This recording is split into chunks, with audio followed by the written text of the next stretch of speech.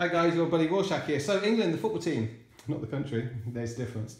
The England football team, they beat Sweden 2-0. And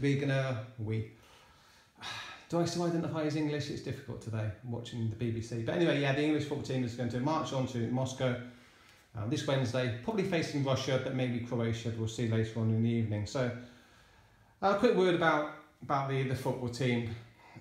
I recognise it for what it actually is. It's only war.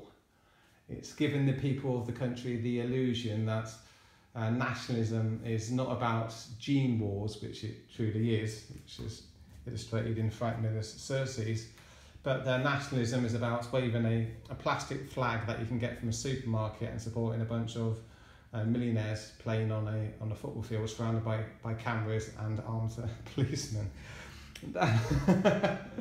That's a phony war, and the real wars that we really need to get involved in today are the wars that will get you in trouble if you talk about them here on the YouTubes.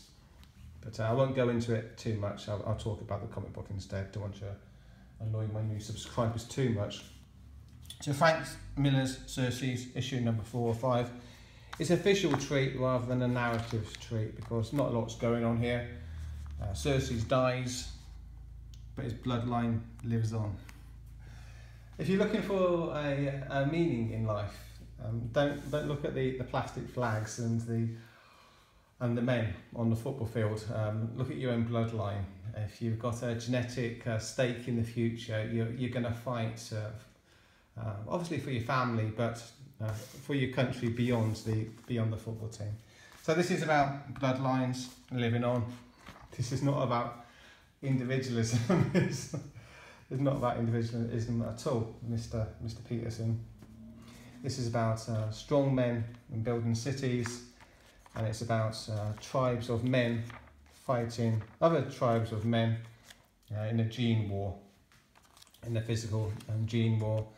And the winners, of course, get to breed with the women. I'm sorry, but that's actually how it is. And just because we've got let me think, a matriarchal welfare state which pushes female empowerment and get all the women to go to university now, because that makes them all much more suitable for marriage. No.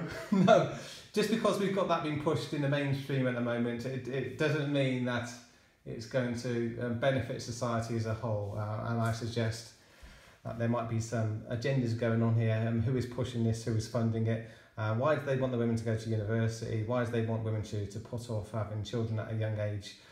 Why are they pushing multiculturalism? Why are they pushing open border policy? Or why are they pushing a gene war in a insidious manner rather than on a battlefield? Because, yeah, the age of battles and armies against armies fighting for their genes, the future of their genes, is over, and the battle has kind of gone undercover now.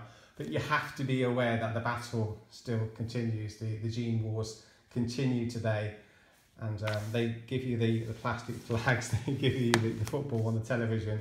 Doesn't mean that the battles are not still going on. They are. And when you talk about the battles on the YouTubes, you get the people who are how can I say this without getting in trouble? You get the people who are secretly doing this, coming after you and revealing their hand. Did I get away with it? I hope I got away with it. So the story then, tribes versus tribes, brutal, Frank Miller style, and the humour of Frank Miller is a humour that comes from the late 1970s and 80s, and this is the kind of humour that you get on TV, talking about the nagging wife. This is the mother-in-law jokes that you do not get nowadays. If you're from England, you might remember a guy called Jim Davidson, Bernard Manning, those types of comedians, those working class white male comedians. They would not be allowed on television today. So this is the voice of, we'll say, a past generation, a generation where men went out into the world and got resources, got stuff, and went home to a nagging wife. Nowadays, no one's married. There is no nagging wife to come home to. Just individualism, isn't there? There's individualism, and I won't dwell on it. It's probably annoying you by now.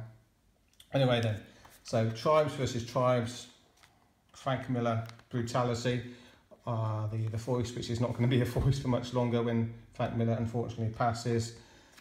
And a lesson for us all really, that humanity is about strong leaders, leading tribes against other tribes in a physical gene war which today has gone undercover. There we go. So I want to say that Frank Miller's Xerxes was a fool of the house, Darius, and the rise of Alexander. But let's talk about more important things. Let's talk about plastic flags and phony nationalism on the television. Cheers. Thanks for checking out the video. Please like and subscribe if you'd be so kind. And I'll be back as always later. Cheers. Later, guys.